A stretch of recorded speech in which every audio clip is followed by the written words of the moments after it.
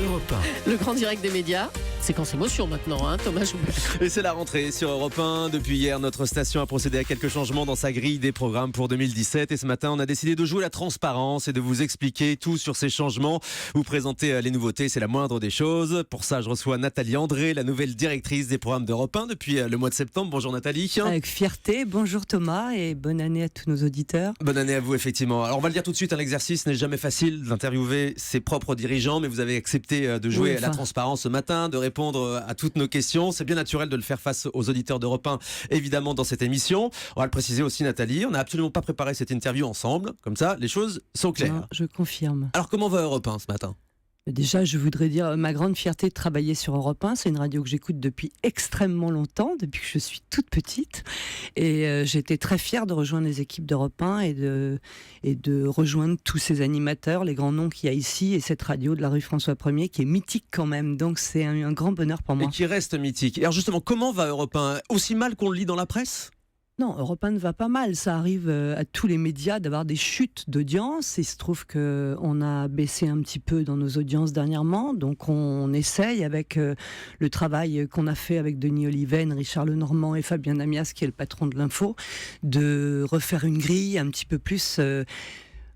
dans l'attente des auditeurs, des demandes. Qu'est-ce qui n'a pas marché selon vous ces derniers mois sur Europe 1 ? Quel constat vous avez fait quand vous êtes arrivé ? La radio s'était peut-être trop coupée de ses auditeurs ? Je ne ferai pas de constat sur comment j'ai trouvé la radio à mon arrivée. D'abord parce que je ne me permettrai pas de critiquer le travail des anciens patrons qui étaient là. Je fais le constat d'une radio dans laquelle j'arrive, qui a une grille en place. Je considère que cette grille est la mienne aujourd'hui.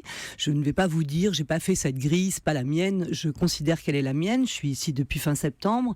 Je travaille avec vous tous les jours. On améliore tous les jours. On améliore tous les jours les programmes, on essaye de faire en sorte de faire des corrections et surtout, ce qui est très important pour moi, c'est de donner la parole aux auditeurs. C'est ça, maintenant l'idée c'est quoi ? C'est de se rapprocher des auditeurs, leur donner davantage de place, davantage la parole ? C'est pas l'idée. Europe 1 a toujours été une radio de solidarité, une radio de proximité. À l'époque de Pierre Bellemare avec Français, vous êtes formidable. Enfin, ça a toujours été une radio. Coluche, les Restos du Cœur sont nés ici. Coluche, les Restos du Cœur et tout ce qui s'est... Enfin, la grande histoire d'Europe 1. Je conseille à tous de lire ce livre qui est magnifique, de Luc Bernard. C'est une radio qui a toujours été proche des auditeurs. Et je trouvais, quand on a travaillé avec Richard Lenormand et Denis Oliven sur cette nouvelle grille qui est en place depuis hier, qu'il était important de redonner la parole aux auditeurs. Alors on va détailler justement cette nouvelle grille des programmes, si vous le voulez bien, Nathalie André. Alors le matin, oui, à partir de 9h, le grand direct des médias. L'idée donc, on le dit, de 9h à 10h, c'est vraiment de renforcer la tranche qui marche très bien, qui n'a pas souffert du départ de Jean-Marc Morandini, il faut le souligner aussi. La tranche marche très bien, les auditeurs sont restés à votre écoute, Thomas, et puis surtout on va essayer de se délocaliser de temps en temps, d'aller à la rencontre des auditeurs, des grandes émissions comme vous l'avez fait cette année. Ouais, sur les Miss France au mois de décembre, à la Fête des Lumières, exactement. À Lyon, au Téléthon. Ensuite, on a mis en place un programme qui s'appelle Allo Europe 1, qui est un programme pour aider les gens qui puissent nous appeler sur la première heure. Une vraie mission de service, donc, une de 10h émission à de midi. Service de 10h à 11h sur tout le côté famille avec Roland Pérez, les questions juridiques, et puis de 11h à 12h, la santé qui est très importante. Et on s'est rendu compte qu'on avait beaucoup de questions des auditeurs sur le télérépondeur au 3921. Donc, on a mis en place ce télérépondeur pour que les auditeurs puissent poser des questions au docteur Kirzek et tous les jours traiter de 2 sujets. Un sujet dans la première émission avec Elena Morna et un sujet dans la deuxième émission qui est plutôt basé sur la santé et qui va pouvoir aider tous ceux qui ont des questions à poser et on puisse rendre service chaque jour aux auditeurs sur un thème précis. Donc Elena Morna remplace Christophe Ondelat le matin parce que l'horaire de Christophe le matin n'était pas adapté ? Je ne dirais pas qu'il n'était pas adapté, je dirais que beaucoup d'auditeurs pensaient que cet horaire était un petit peu tôt pour parler des grands faits divers qui sont parfois très difficiles. Maintenant, l'émission de Christophe Ondelat est un succès. Un vrai carton. Ouais. On a préféré la mettre à l'heure où Pierre Bellemare racontait ses grandes histoires. Oui, c'est leur historique des récits sur Europe 1, Pierre Bellemare, Serge Sauvion. Historique des faits divers et des récits. Donc c'est 13h15, 14h. C'est 13h15, 14h. Et surtout, Christophe Ondelat, tous les jours, réalise un nombre important de podcasts, puisqu'on fait presque 80 000 podcasts par semaine. C'est énorme, mais ce sont des audiences qui ne sont pas comptabilisées dans les audiences médiamétriques, oui, qui hélas, pourraient l'être les replays de la télé, à l'avenir. Voilà. On oublie de parler d'Anne Roumanoff, qui réalise un beau succès entre 12h et 12h30. Très bien. Ça pique, mais c'est bon. Et surtout, c'est une des animatrices, une des humoristes les plus populaires de France, et elle est sur Europe 1. Comme nous avons 3 des plus grands intervieweurs, comme Nikos, Frédéric Tadei, Isabelle Morizet, qui réalisent des interviews des plus grandes stars de la musique, du cinéma, du théâtre, de la politique et du sport. C'est vraiment 3 personnalités qui ont des horaires. Alors Nikos est à 20h maintenant. C'est ça, un nouvel horaire, plus adapté aux confidences peut-être, à 20h, 21h. Plus adapté aux confidences, et puis ça va lui permettre de temps en temps aussi de recevoir des stars internationales. C'était plus difficile l'après-midi, et l'après-midi on a allongé l'émission de Franck Ferrand, qui est un vrai succès. De 14h à 15h30, c'est ça? Exactement, qui est un vrai succès sur Europe 1. Il n'y a pas un risque de diluer son émission? Je ne pense pas, parce que les auditeurs, comme je l'avais fait aussi sur France 2, adorent le patrimoine, et l'idée était de proposer tous les jours entre 15h et 15h30, en plus de l'émission de Franck, une porte ouverte aux auditeurs pour nous donner les grands monuments à visiter, les beaux musées, leurs bonnes adresses dans toute la France. Là encore, la parole aux auditeurs, très important. La parole aux auditeurs, et puis de pouvoir, sur les pages Facebook de toutes les émissions d'Europe 1, nous donner les bonnes astuces, et que Franck puisse nous emmener dans toute la France. Donc ça, c'est très important. Alors du coup, Alessandra Sublet est avancée à 15h30, oui, et recendrée sur 1h30. On va pas se mentir, l'après-midi, c'est le gros chantier d'Europe 1 depuis le départ de Laurent Ruquier. Je pense que c'est le chantier d'Europe 1, oui, bien sûr depuis le départ de Laurent Ruquier. Même si Cyril Hanouna avait réalisé de très belles audiences, mais c'est vrai que quand Alessandra Sublet a eu le courage de remplacer Cyril, parce qu'il faut être courageux pour arriver et prendre une case après Ruquier et Cyril Hanouna, qui sont quand même 2 performeurs. Donc Sublet a pris cette case, et aujourd'hui elle est entourée d'une bande solide, sympa, drôle, comme Carlier, Michalak, Jarry, qui nous a rejoint depuis peu. Jean-Louis Debré, qui est un peu...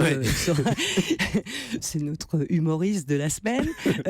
Mais c'est vrai qu'Alessandra, l'émission s'installe. C'est très difficile, vous le savez très bien, d'installer une émission. C'est difficile d'installer une quotidienne, que ce soit en télé ou en radio. Ça a toujours été comme ça. Mais du coup, c'était pas une bonne idée d'aller frontalement face aux grosses têtes de Laurent Ruquier sur RTL ? Laurent Ruquier, c'est Rambo.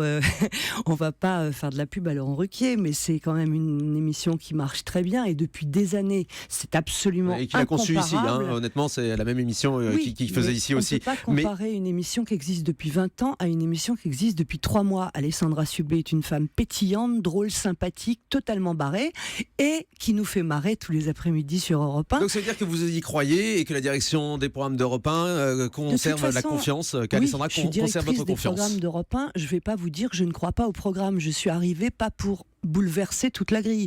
Je suis arrivée pour essayer de renforcer les émissions, de travailler avec l'Info et Fabien Lamias, avec Richard Lenormand, qui est notre nouveau patron, et Denis Oliven, et qu'on puisse essayer de faire en sorte que Europe 1 remonte dans les sondages, remonte ses audiences. C'est une radio sublime. Il n'y a aucune raison qu'on ne puisse pas remonter les audiences. Et l'idée l'après-midi, c'est aussi d'aller chercher sans doute un autre public, proposer une contre-programmation à partir de 17h, avec le débat des grandes voix qui arrive en quotidienne, de Cinéma Mabrouk. L'idée, c'est de dire les grands noms que nous avons ici. Tadei est un grand nom, Nikos est un grand nom, Alessandra Sublet est une animatrice pétillante, Elena Mornal maintenant va donner la parole aux auditeurs.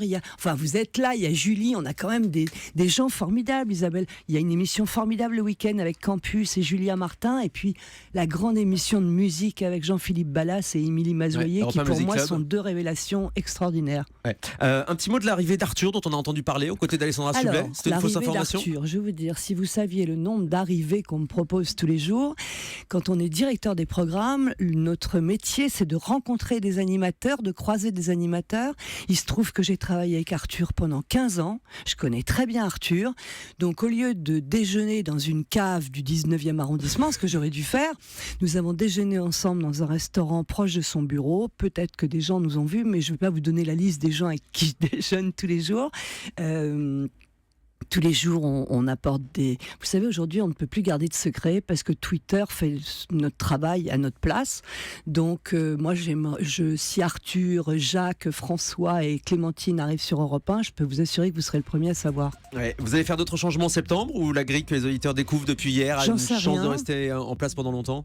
Je ne peux pas répondre à cette question parce que l'idée, c'est de fidéliser. Donc, ce serait totalement idiot de commencer une grille en janvier et de la changer en septembre. Maintenant, on va vivre une grande année, l'année des présidentielles. C'est pour ça que les grandes voix entre 17h et 18h prend une place importante. C'est une année qui va bouleverser la France et qui va être très importante au niveau politique, bien plus qu'au niveau des programmes.